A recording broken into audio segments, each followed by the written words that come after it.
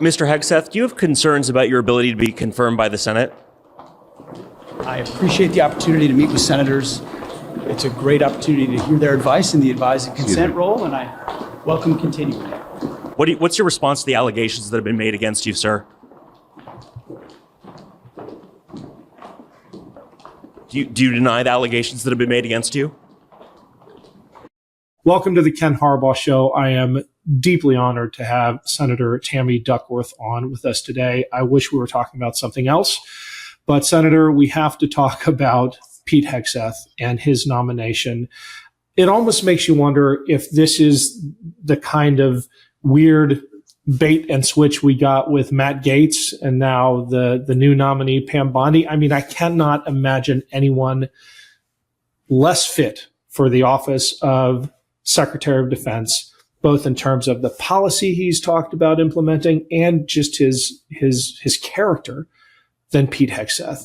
And also his lack of experience. I mean, all right, we could run down the list. Even if you didn't have the sexual assault allegation, would you get a guy who has never run a major organization beyond a platoon, an infantry platoon, to run a department with 3 million personnel and a budget of over $925 billion? That's this year's budget. It's actually upwards of that, but that's this year's budget, proposed budget for the Department of Defense.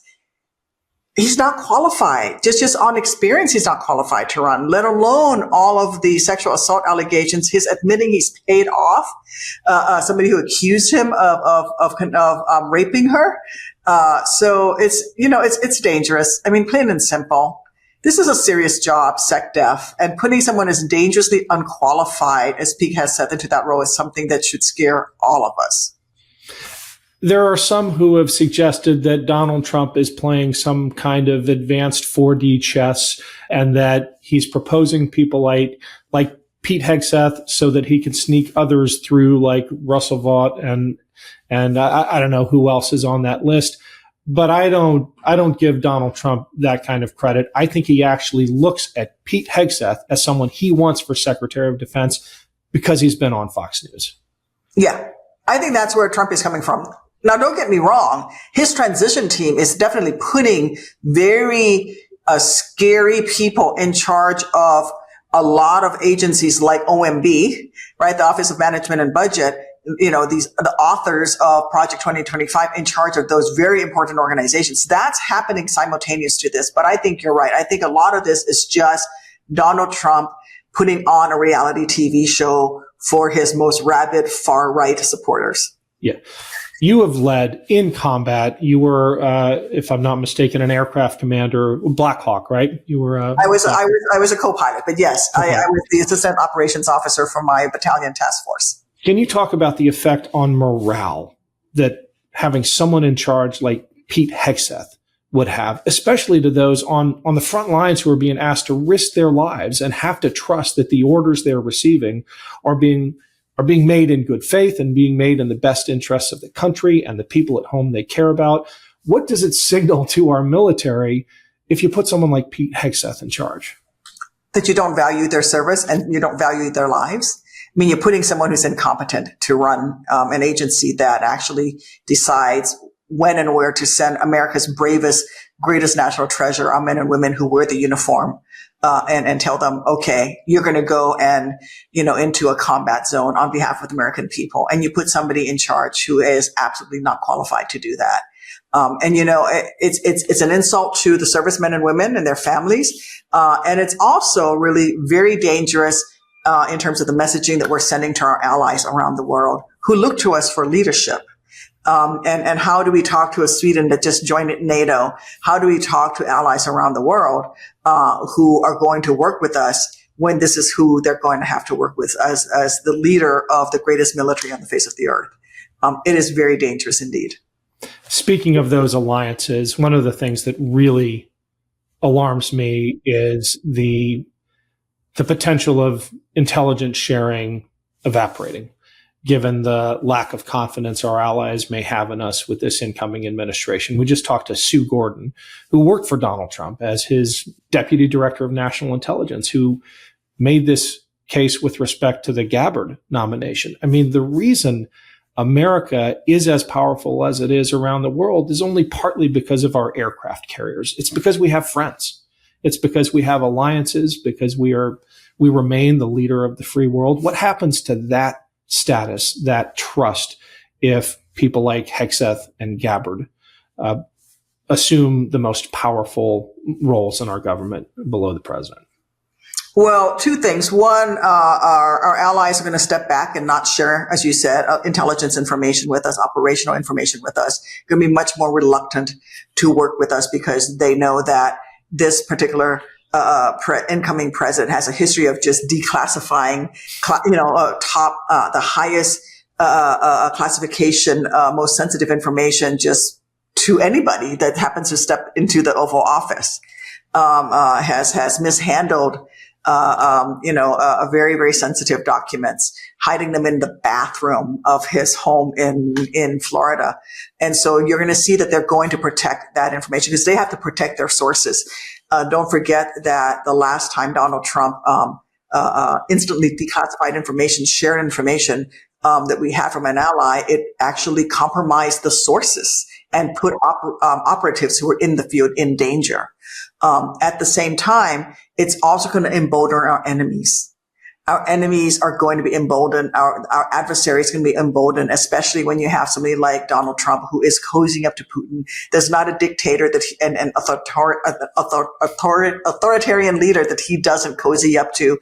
And frankly, it's going to embolden our adversaries. And it's really scary for those who are out, on the ground around the world representing America, whether that's in the military or in our intelligence community or even in the State Department where you have, just diplomats out there trying to do their jobs to forward America's best interests around the world. It's Ken Harbaugh. Quick break here to let you know that we'd love to hear from you. Your comments, suggestions, thoughts about future topics and guests. Email us at info@thekenharbaughshow.com. And make sure to rate and review us on iTunes or wherever you get your podcasts. Thanks, and back to the show. What are you hearing from your Republican Senate colleagues? Are there enough of them? And I know you can't give everything away, but are there some who are approaching you privately and saying, this is crazy, we got to put the country first? Are there just enough of them that we might be able to resist these insane nominations like the Senate did with Gates, apparently? Well, I hope so. In Hegseth's case, there were quite a few Republicans that worked with Democrats on issues of military sexual trauma, for example. So I hope that those individuals will stand up because they did, literally a decade plus of work to address the issues of MST in the military. So I hope that they would step up. But I got to tell you, I think a lot of my Republican colleagues are running scared right now. Yeah. They're in defilade position, using an Army term, trying to make sure that they survive this as well.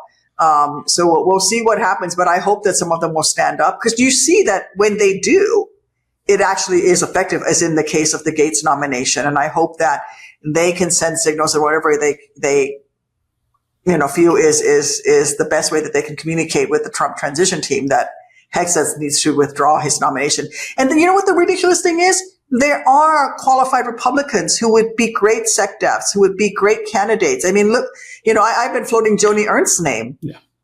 Someone who served on armed services for a long time, someone who served in the military. She's got reserve forces experience. She worked on the MST issue. So they have people that are qualified, but that's not who they're nominating. It's really unfortunate. I cannot believe that the MST issue, military sexual trauma, is not the salient issue when it comes to this nomination because of Hegseth's background. I mean, you talked about his lack of experience, and I mean, we can go into his financial mismanagement of very small organizations, much less what he'll be expected to do at the Department of Defense. But we've got a military that has grappled for a decade plus now with MST, and we're considering a SecDef who has a history of traumatizing women. Surely that has to be coming up in conversation in the halls of Senate. Whose own mother calls him an abuser of women, right? I think I may be paraphrasing her email that she wrote.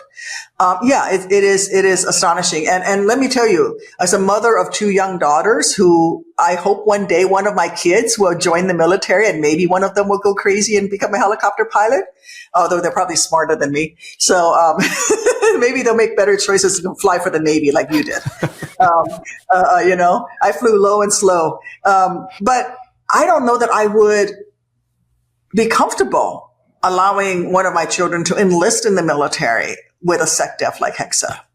And, our military is facing a major recruiting challenge right now.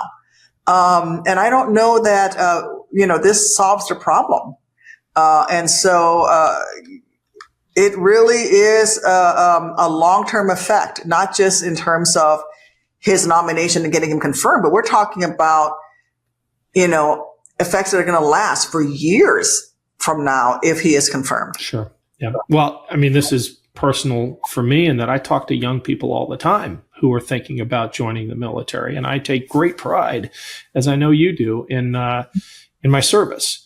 But yes, it's a different thing altogether if they have to join a military in which not only is Donald Trump commander in chief, but the person managing the day-to-day of the military is by all accounts, a serial abuser who his own mom, as you said, called him out for, quote, behaving badly. Yes. What can Democrats do? I mean, we're in difficult times now, not just as a country, but as a party, with the incoming president controlling all the levers of power. He's got a captive Supreme Court. He's got the Senate. He's got the House. What can Senate Dems do? Well, there is a problem with the minority, so we can certainly slow things down. But I also think that we have to be very much straightforward in our review, the Senate's advice and consent role. It's why when I talk about Hegseth, I speak in particular to his lack of experience, because I don't want to get into a reality TV show with Donald Trump. That's what he wants. I'm just going to focus on the fact that he's never run an organization bigger than a platoon. And when he has attempted to do that, he was asked to leave by the 2 veterans organizations because he mismanaged them so badly. I think speaking to those specific things is a way to communicate with the American people that, this is not who you want running these organizations. You want somebody who can actually do the job and do right by our servicemen and women. And so that's one of the things Democrats can do, is really focus on, making sure that everybody is qualified who is confirmed. And then, we are going to be able to slow things down and really make the process, make us go through every step of the process to make sure that we truly see who some of these nominees are. Well, thank you, Senator. We are lucky to have you there in Washington fighting for all of us. Great to have you on. Thanks for having me on. Love this video? Make sure you stay up to date on the latest breaking news and all things Meidas by signing up to the MeidasTouch newsletter at MeidasTouch.com/newsletter.